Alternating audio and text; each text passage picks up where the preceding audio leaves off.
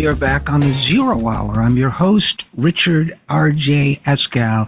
As you can imagine from the panoply of musical instruments behind me, if you're watching on TV or YouTube, the intersection of music and politics has always been of great interest to me, specifically music and politics, but also literature and politics, popular culture and politics. I've thought about doing a side podcast on political movies. So I've been very much looking forward to speaking with my next guest, who's written a new book, an extremely interesting new book. Sara Marcus is an assistant professor of English at the University of Notre Dame, and she's affiliated with the Gender Studies program there and the Initiative on Race and Resilience, which sounds interesting. She specializes in American and African American literature, popular music, sound and performance from the 19th century up to the present. She's also an associate editor at the Journal of Popular Music Studies, and a current book project, the one we're going to talk about now, is called, and let me get it exactly right, Political Disappointment, A Cultural History from Reconstruction to the AIDS Crisis. So first of all, Sara Marcus, welcome to the program. Thanks so much for having me. Oh, it's a pleasure. And why don't we start by, if you don't mind, I'm sure you've done this a million times, but giving us just a brief overview of what the book is about, what the thesis is, and so on. Political Disappointment, as its title suggests, is a study of political disappointment. And the argument there, the story I'm tracking, is the idea that disappointment, which is to say, going on wanting a possible future, even after its possibility seems to have closed down for some period of time. We don't necessarily say permanently, but there was a seeming moment of possibility. It seems to have closed down. You still go on wanting the future, the possible change that had previously seemed possible.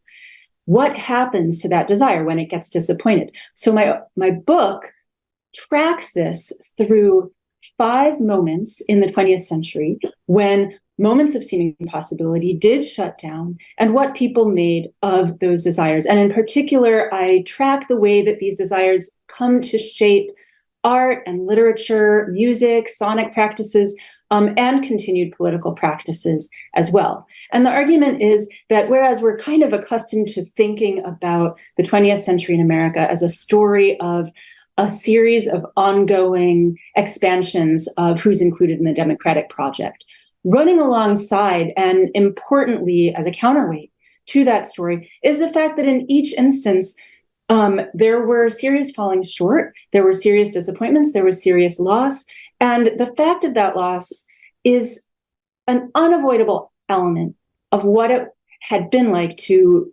encounter American politics over the course of the 20th century, and that continues even to the present.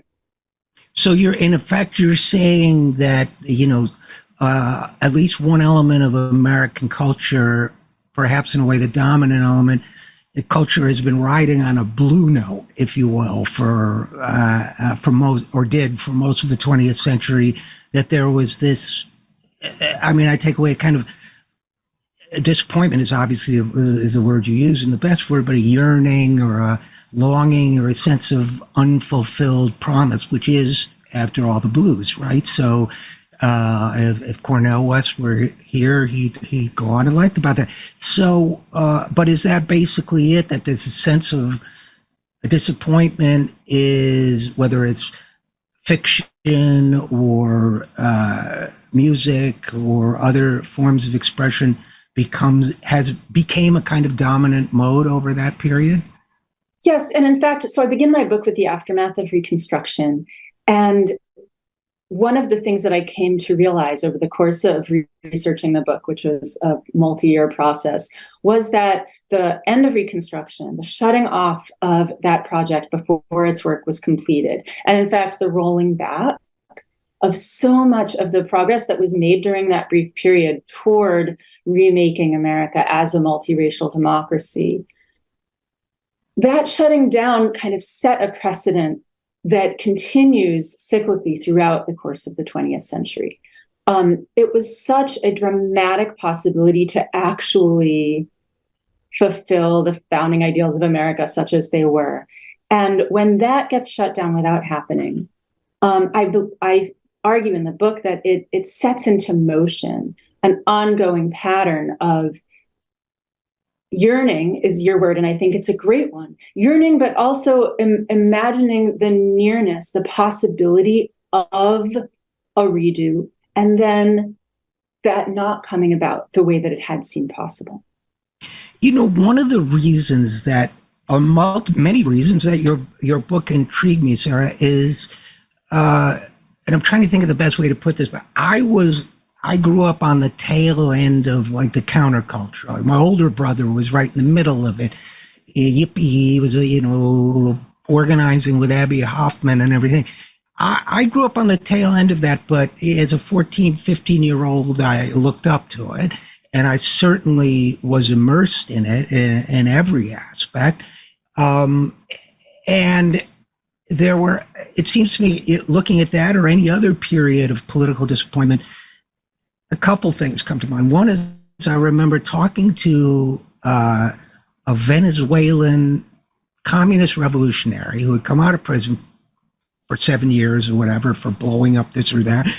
And I had known Fidel Castro, and so I trained in Cuba. And what she said to me was very interesting. She said, I feel sorry for your generation in your country because we could put a date on the moment that we lost. We knew exactly when it was that military defeat occurred, but yours wasn't a military struggle, so it didn't have a date of defeat. It just kind of evaporated slowly into this mist of longing. And to me, I'm trying to think of, I think every one of the eras of hope and disappointment, or cycles of hope and disappointment that you describe, if I'm not mistaken, every one of them ended the same way, which is a kind of a trailing off of hope rather than a sudden, well, okay, it's over, now you got to do something else. Do you know what I'm driving at? Mm-hmm. Oh, absolutely. And that's so interesting. I'm trying to think of which angle I want to take first. I mean, the first thing I want to say is for me growing up in the 80s and 90s, I existed in the shadow of the 60s as well. I came up into the left, which was very much preoccupied with the last time things were really good, the last time we really had a possibility of changing everything was the 60s, and it's just been this long decline here. And what is that punctuated by? And and the litany would sort of be, we would think about the bombings by the Weather Underground, or think about Altamont, think about Patco, Reagan breaking the air traffic controller strike. Like you could sort of trace these, and of course just Reagan's election in general. And that was sort of the mood of the left that I came up into. How have we fallen so far? How do we ever get back to where we were? And one of the things that I had started to realize was that there had been previous moments of as much possibility as the 60s. I did a lot of reading about the 30s and the sort of strength of the communist and communist affiliated movement in the 30s. And the complicated mix that was the Popular Front there, where you had leftist ideas percolating out into mass culture, whereas at the same time, and I write about this in the second chapter of my book, at the same time, the idea that like revolution is about to come gets completely, and as you say, it vanishes. It doesn't get definitively defeated. It just sort of, people stop talking about it. It goes away from the official line, and it's just not part of the conversation anymore. And so I think that you're really right when you point to this idea that there's all of these disappointments are not dramatic. They're not all at once massive defeat. And that's a lot of why I chose the idea of disappointment as opposed to these other words that you see in conversation about the left and loss, such as, grief or mourning or despair. It struck me that so much of the closing off of possibility had been a much less blockbuster event and very much a sort of slow attrition of possibility and of expectation of victory. Yeah, that's so interesting, Sara Marcus. And I'm thinking of the one I most closely experienced which is, of course, as we were saying, the 60s. And there were kind of two tropes that entered cultural understanding or belief afterwards. One was the trope of the kind of disillusioned, person who just drifts aimlessly and lost, trying to cling to like the battered shipwreck of this thing that's gone, still on Telegraph Avenue in Berkeley, whatever, wandering barefoot from shop to shop.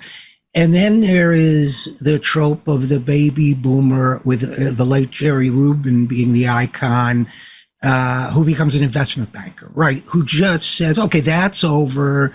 Now I'm going to make money. Or a neocon. And what? Or like becomes investment banker or a neocon. Like it doesn't even have to become like I'm going to tend my own, fabulous garden, but it can actually, it can boomerang over to the other side as well. Yeah, there are enormous temptations, or there were enormous temptations to do so. I also see it, in the civil rights struggle, that there was that element. I mean, Martin Luther King, to his eternal credit, was willing to lose all his popularity, as we both know he did by the end of his life, standing up for what he believed in. But there were an awful lot of people who had been alongside of Martin Luther King, or I spent some time in South Africa, who had been part of the ANC revolutionary struggle, who cashed in their own way too. Where they took the board memberships, the payout, if you will. And so I think there's always this binary, right? But your folk between clinging fast to your ideals for good or evil, and King's case for good, and others perhaps not so, or getting what I'd call the payoff, right? Mm-hmm. But in terms of popular culture, I think what you're saying, what you're focusing on, really might apply to both groups in a certain sense. But basically, that literature, whether it's Grace Paley or spirituals or anything else, in singing or lead belly or whatever, that somehow expresses the sense of loss that often doesn't get expressed in other ways. Does that make sense to you? Oh, yeah, absolutely. I mean, something I want to say about what the examples and the possible responses to loss that you were outlining: disillusionment, disavowal, selling out, what you call the payout. These are all responses to a movement that doesn't acknowledge disappointment as a legitimate element of political experience. If you're told that you don't have the luxury of feeling disappointed and that you're deficient in the proper revolutionary outlook, if you allow yourself to feel the loss, then what's going to happen if you simply are feeling that disappointment, if you are having an experience that things aren't as possible as they used to be, and instead of making peace with that and figuring out what to do with it, you have people from the movement telling you that's an illusion, forget about the facts, conditions are just as propitious as they ever were, and the only thing that's missing is your ability to hope and believe. Well, how sustainable is that kind of cognitive dissonance, right? So a lot of the stuff that I write about in my book are the things that people made when they weren't exiled for experiencing disappointment. They weren't sent off over to become hedge fund managers or Telegraph Avenue burnouts or whatever, but they actually were able to acknowledge disappointment as a I want to say a genre, though that might be a little like academic-y, as a key element, an ineradicable element of political experience in the U.S. Yeah, that's such a great point. And while you were describing it, I was thinking of something from my own experience, which is when Bernie Sanders asked me to become his head writer, when he first, actually before he ran for office, when he was still considering it, so January 2015.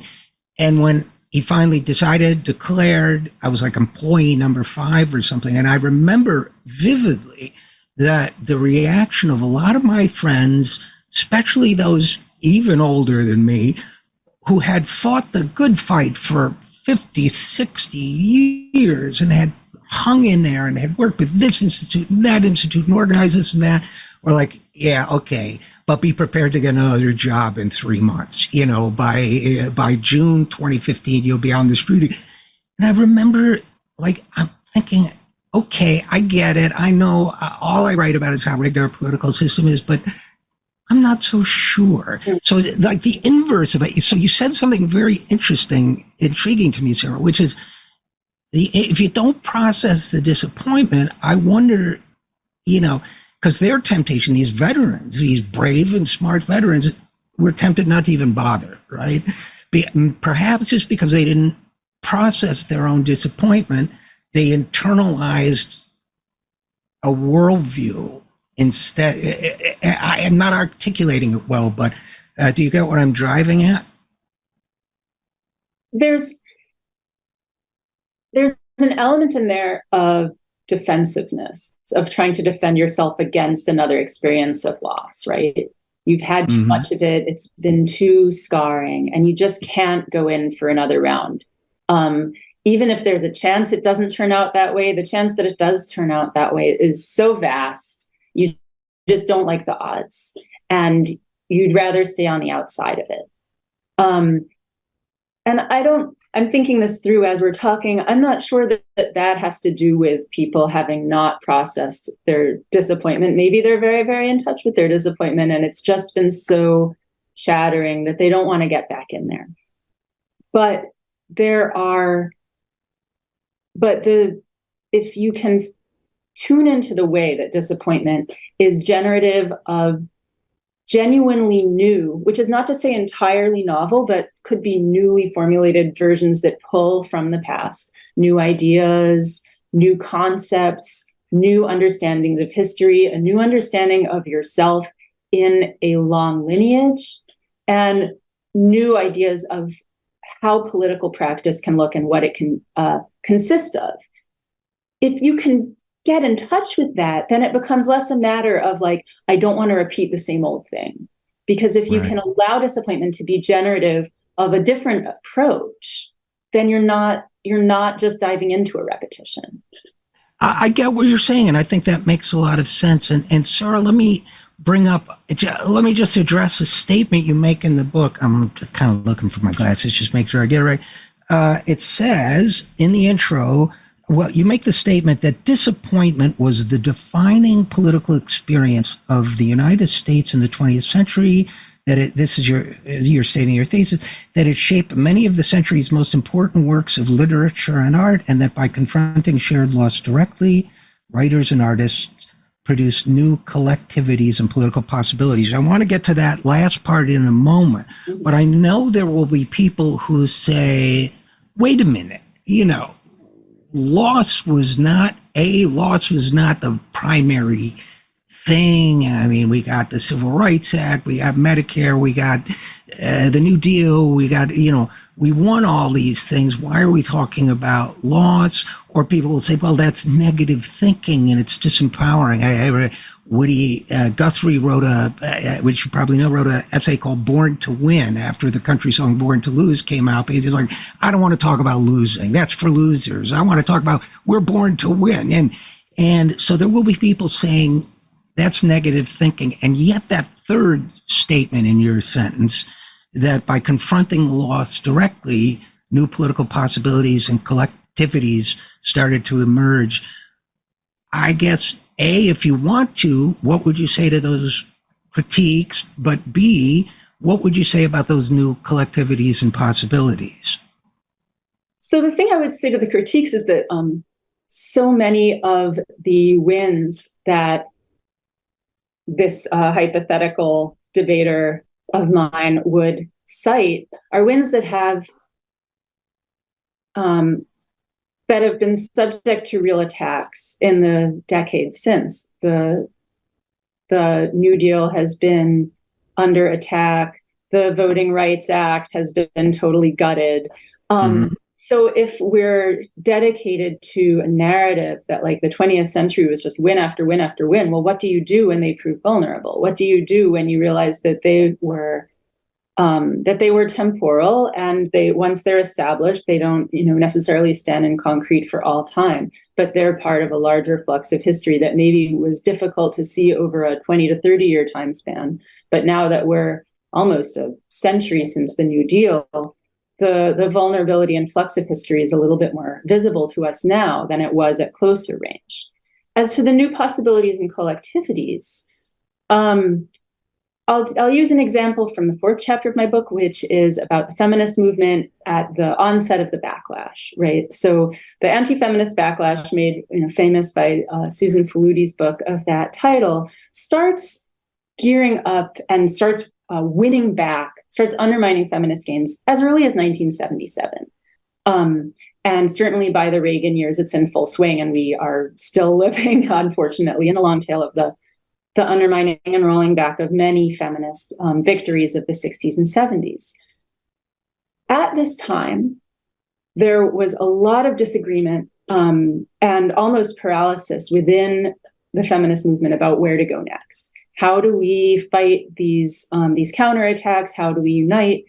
And the recognition of these disappointments that were already mounting by 81, 82 became a ground for commonality, specifically between two groups of feminists that had until that time been, to a large extent, working separately from each other. And I'm talking about women of color and Black women in particular, forging a specifically Black and women of color centered feminism.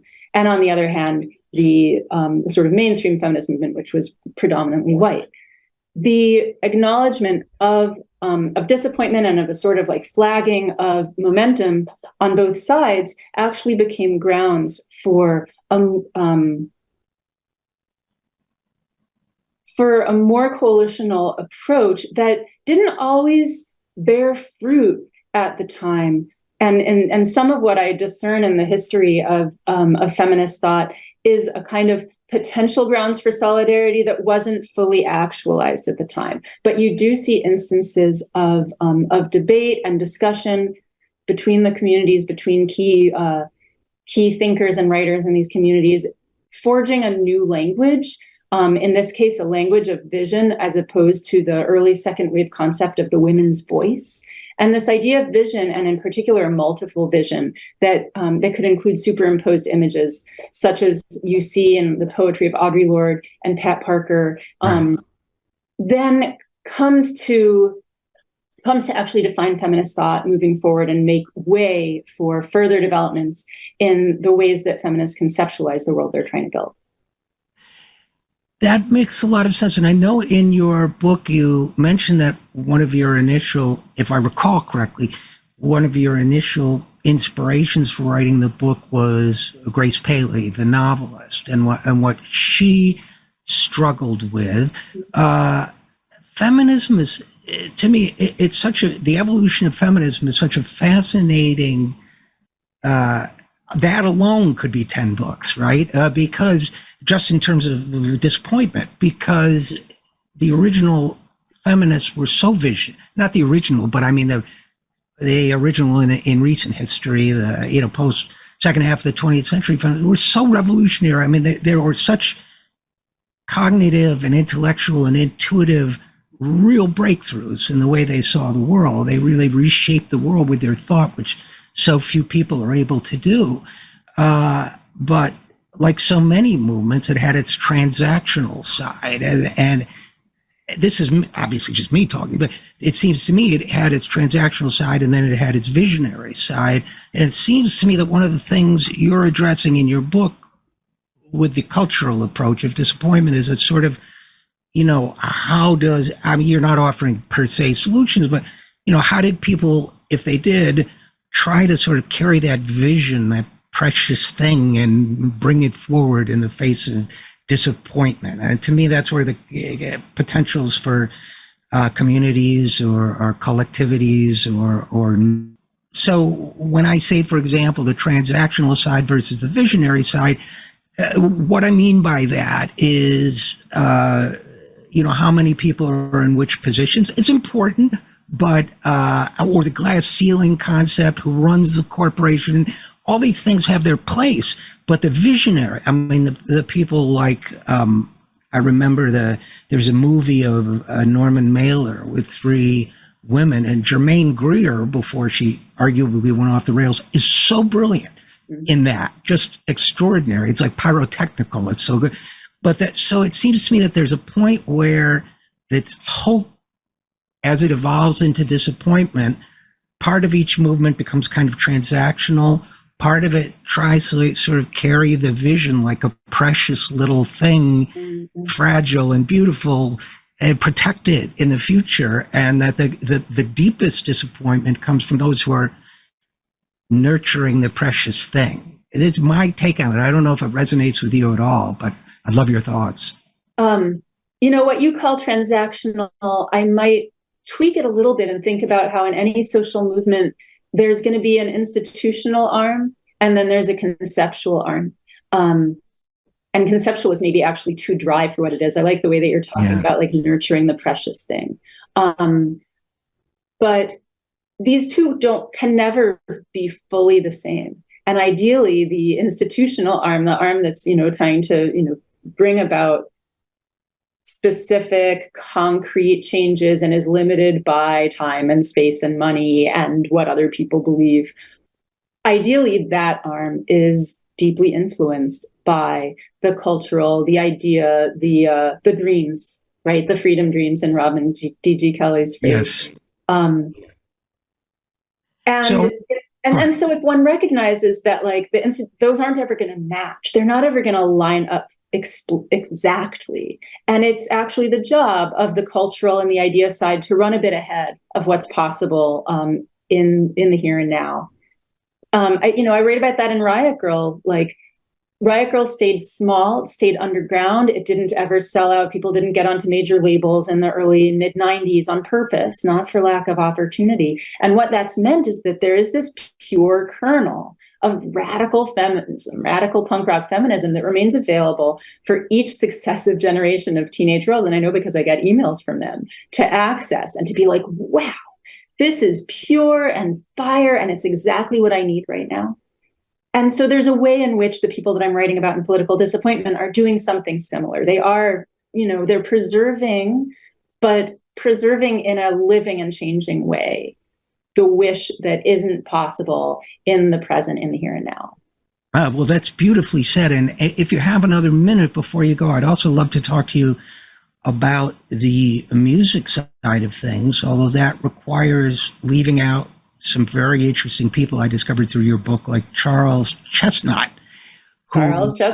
Who's an amazing figure I didn't know about, and his championing not only as a novelist, but also his championing as a court stenographer of something I'd never heard of, phonography, the notation of sound rather than writing, which gets me to, among other things, the collections of spiritual songs, neo-spirituals as they were called then, and the sorrow songs, and these other collections. You have a great piece in there, a bit in there about the difficulty of transcription of music. And again, just another quick anecdote, but it reminds me when I was about 21, bought my first car. It broke down in the middle of nowhere in Northern California. I had to take it into a dealership, and sitting there was like a guy, dark looking guy with scraggly hair. And I said, I come up from the San Francisco area. And this guy said, I used to be famous in San Francisco. And I was like, really? No worry. And I said, yeah, who were you? And he said, they used to call me Captain Beefheart. What? And it was Captain Beer. It's Don Van Vliet. We talked most of the day, actually. But he could do a flawless John Lee Hooker imitation. And the reason why he could do a flawless John Lee Hooker imitation is that he didn't stick to a time signature, and his pauses were irregular. And you address some of that in your book in terms of why you can't transcribe why it was difficult, and I would argue, essentially impossible to fully transcribe some of this music. Now we can reproduce it through recording, but the unpredictability of it, the variability of it, the irregularity of it, and expression of emotion, that they're almost like there's this plane of spirit that can't be quantified that way. And that struck me as somehow a metaphor for the political disappointment, too. Oh, absolutely. Transcription is this key figure in the book, in part because it's about how things move from realm to realm imperfectly. So I'm talking about political desires that move from the political realm. My desire is motivating me to go to these marches or do this organizing, into a cultural realm, where now that the marches aren't happening anymore and that the organizing drive is kind of kaput, now it's going into shaping literature or shaping sound. So that whole operation of migration finds a metaphor, as you say, in the idea of transcription. I also love transcription because the book is primarily about literature and sound, and transcription is all about efforts to mediate between those two forms. I wouldn't agree with you that it's impossible, except that, as you're right, it's impossible to do it perfectly because a piece of paper is not a song that you're hearing. Right. There's necessarily some loss, but there's also a transformation that can be generative. And so one of the things that I looked at was the ways that transcribers, specifically of Black music in the late 19th, early 20th century, such as Ella Shepherd, who was one of the transcribers and founding member of the Fisk Jubilee Singers, and also different transcribers who were transcribing work songs in the late 19th, early 20th century. I was looking at the ways that these transcribers kind of left openings, left things indeterminate enough, weird enough, not lining up perfectly enough that you could tell this transcription is making no claim to perfectly encapsulating the music. Now, this is in contrast to the, I read a bunch of the editions of the Fisk Jubilee Singers songbooks, which had been sold at the concerts throughout the last decades of the 20th, of the 19th, that is, century. And by a certain point, they go from saying, these books can never fully encapsulate how the songs sound, to saying, don't worry, audience of, genteel middle-class people buying these books to sing them in your parlor. If you sing these songs just as they're written, you will have the song perfect. You can do it. It is not inaccessible to you. It is right there. And so this kind of disavowal of the messiness of transcription has to be effectuated in order to make the transcriptions sellable, like a proper commodity for being sold. Which, in 1,000 different, it's the beast with 1,000 different forms, that commodification and what it does to the original source, right? And, but I would still argue that because every performance of this kind of music is different, and you can only transcribe one, that there's always that difficulty, right? You have a object in motion being photographed, you lose the motion. So, but I guess we could close with, I read a segment from your book, I can't even remember where, but this is what got me first interested, was talking about Leadbelly, the famous folk singer of the 1930s, 1940s, basically. So my parents' generation, basically, and they were big on him, and like all, leftists of their generation were, but, and obviously he was great, but, about you, I was fascinated by this, that if I recall correctly, you say that at some point he did, when he would adapt a work song to his kind of performance, he wouldn't say the which originally in a work song was to get people to work, right? You'd establish a rhythm and then you all go together, so you could like make the exertion of swinging the hammer or whatever you had to do. Right. But that he didn't, is this right that you said he didn't do it at first for audiences, but then he began to? Do I recall that correctly? You are recalling that correctly. And, given the time, we don't have any live performances of Leadbelly doing this. So what I know is the recordings that he made primarily for the Library of Congress during these years. And that when he first recorded, in particular, the song Julianne Johnson, he did not include the sort of out breath that would more mimetic of the manual labor that was the original context for the song. But then around 1934, 1935, it does start showing up in the recordings. And I was fascinated by the fact that this is happening exactly at the moment of transition between third period communism and Popular Front communism. And this matters because Leadbelly is singing in communist circles in New York. Like, that is who he's hanging out with. That is where his kind of political outlook is coming from. And that's his understanding of who his audiences are as well. And that, so at the moment when the third period emphasis on the worker, workers' art, worker-led revolution, and also a keen focus on fighting racism, and going with that, a keen focus on the figure of the Black worker as like this really important revolutionary figure.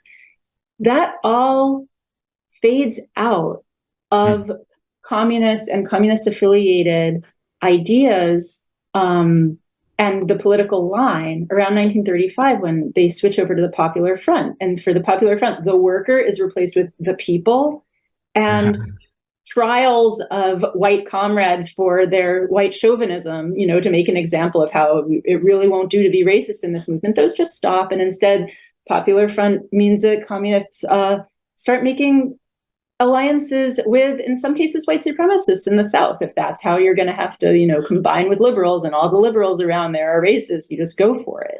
So it's just at this moment that Leadbelly starts to go, during his performances of Julianne Johnson, and also Take This Hammer, which becomes what he calls his theme work song, which is a song about going off the job. Take this hammer and carry it to the captain, tell him I'm gone. Right. At the same time, enacting that labor through the If he asks you, was I crying, tell him I'm laughing, right? Or I also, by the way, took that as his edition of the rightly or wrongly. What it struck me as, that's a fascinating explanation, was also a sort of exotification of his own Blackness by making it almost a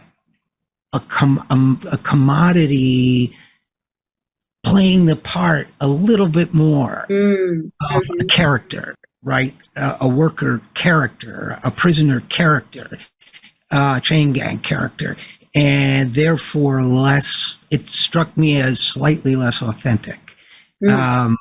A move on the axis towards, I could be completely wrong, but that's how I took it. And of course it led to 20 years later, 15, 20 years later, the Hootenanny revival, and white college kids with crew cuts and chinos and striped short sleeve shirts, identical, playing guitars and singing it in harmony without the I hope. But Odetta, well, anyway, at that time is singing it with the Yeah, right. Well, Odetta, I will not put Odetta in that category, in that plane I just described, because she was a force. Yeah. But,